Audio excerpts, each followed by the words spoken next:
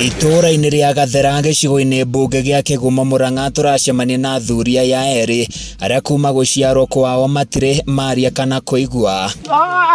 Nĩ amwe a arĩa kambuni ya maĩ ya Mũrang'a ya mũhuro MUASCO ĩkũngũĩire mũthenya ũyũ wa mashujaa na njĩra ya kũmahũrũkia mĩnoga mĩingĩ ya gwetha maĩ, makĩmaingĩrĩria maĩ mĩciĩ-inĩ yao hatarĩ na marĩhi o mothe. Ikinya rĩrĩ nĩ rĩtũngĩrĩtio na njĩra nene nĩ aikari makiuga nĩ ũndũ aya erĩ megũtũra megunĩte naguo. Wa mbere nĩ tũracokia ngatho nĩ MUASCO gũka gũkũ kũrehera andũ aya ũteithio wa maĩ, na Ngai amarathime nĩ tondũ rĩu nĩ ikinyũkia rĩmwe rĩonekana gũkũ gwitũ atĩ nĩ kũrĩ na andũ magĩrĩirwo nĩ gũteithio.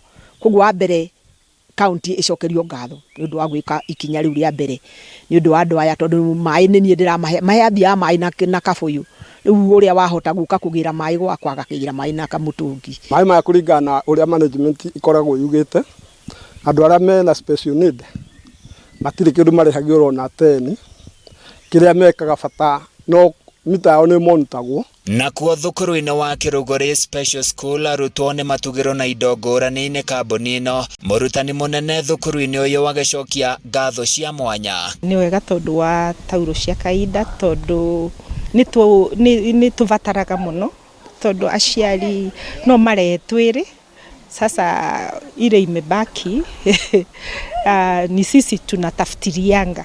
Mũrũgamĩrĩri mũnene wa kambuni ĩno Mary Nyaga oigĩte tabarĩra ici nĩ igũtwarithio na mbere matũra-inĩ nĩguo gũkinyĩria ũteithio arĩa matarehota. Mũbango ũcio wĩho mũno tondũ nĩ tũramenyire na nĩ tũronire he bata, na tũkĩrutaga wĩra ũyũ tũraruta tũthiĩ tũkĩ-identifyaga andũ arĩa mabataire na andũ arĩa matangĩhota kwĩingĩrĩria maĩ, ona matangĩhota gũkorwo makĩrĩha maĩ maya o mweri o mweri.